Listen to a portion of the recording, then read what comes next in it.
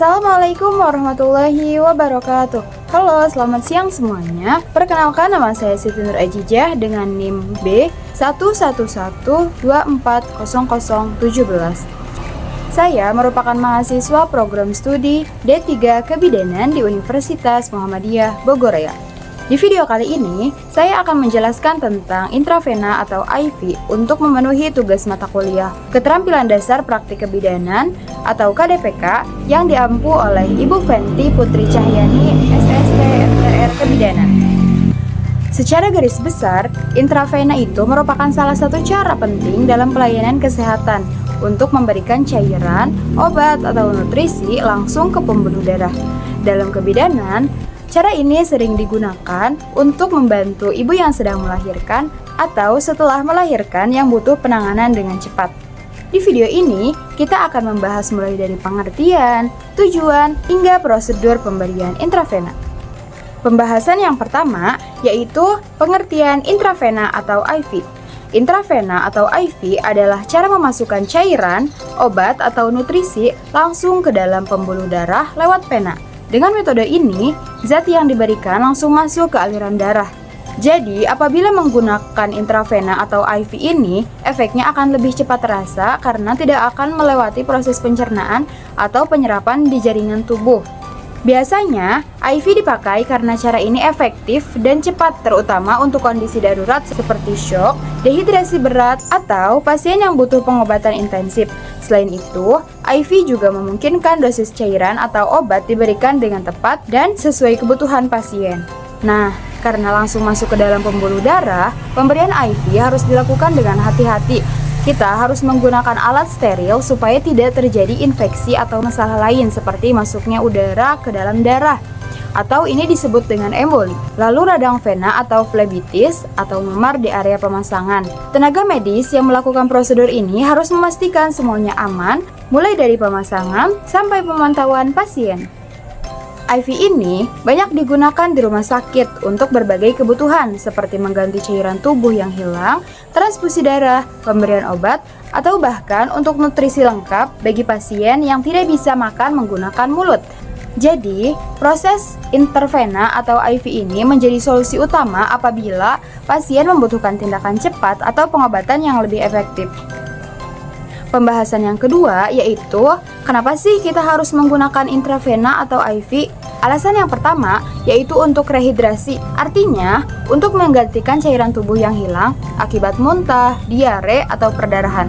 Alasan yang kedua yaitu pemberian obat, misalnya antibiotik untuk infeksi berat atau obat kemoterapi pada pasien kanker.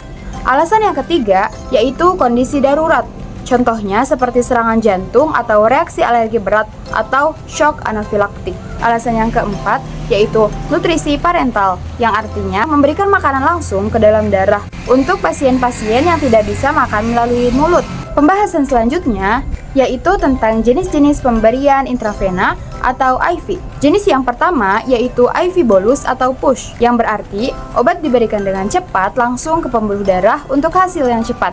Jenis yang kedua yaitu infus continue, yang berarti cairan atau obat diberikan secara perlahan dan terus-menerus tanpa jeda, cocok untuk menjaga kestabilan kondisi tubuh.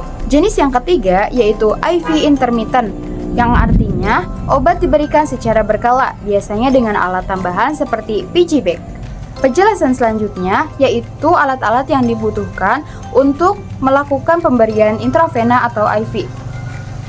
Yang pertama yaitu kateter IV dan cairan infus seperti NaCl atau Ringer laktat. Yang kedua, selang infus atau infusion set. Yang ketiga, tourniquet atau pengikat lengan dan alkohol swab untuk membersihkan kulit. Kemudian sarung tangan steril, plester, dan perban untuk menjaga kateter tetap di tempatnya. Pembahasan yang terakhir yaitu cara pemasangan intravena atau IV. Yang pertama, pastikan semua alat steril dan cocokkan identitas pasien dengan tindakan yang akan dilakukan. Yang kedua, pemasangan. Temukan vena yang jelas terlihat. Bersihkan area dengan alkohol, lalu pasang kateter IV dengan hati-hati. Yang ketiga, pemantauan.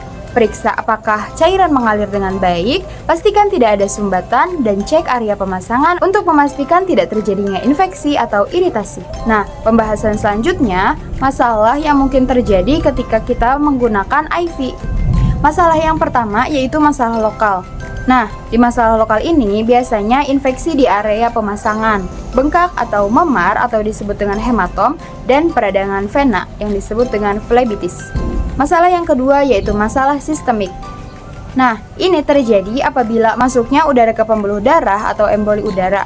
Terlalu banyak cairan yang dapat menyebabkan paru-paru bengkak atau reaksi alergi terhadap obat atau cairan. Pembahasan selanjutnya yaitu cara mencegah komplikasi. Nah, untuk mengurangi resiko komplikasi, beberapa langkah yang bisa kita lakukan yaitu: yang pertama, gunakan alat steril untuk mencegah infeksi. Yang kedua, pastikan cairan infus bebas dari gelombang udara untuk menghindari emboli udara. Yang ketiga, pantau kondisi pasien secara rutin, terutama area pemasangan dan tanda-tanda vital. Selanjutnya, yaitu atur kecepatan infus sesuai kebutuhan pasien untuk mencegah kelebihan cairan atau kekurangan cairan. Nah, dari yang sudah saya paparkan tadi, dapat disimpulkan bahwa metode pemberian obat atau cairan melalui intravena atau IV ini sangat efektif terutama dalam keadaan darurat. Meski begitu, karena melibatkan pembuluh darah, proses ini harus dilakukan dengan hati-hati, dengan peralatan yang steril, teknik yang tepat, dan pemantauan yang teratur.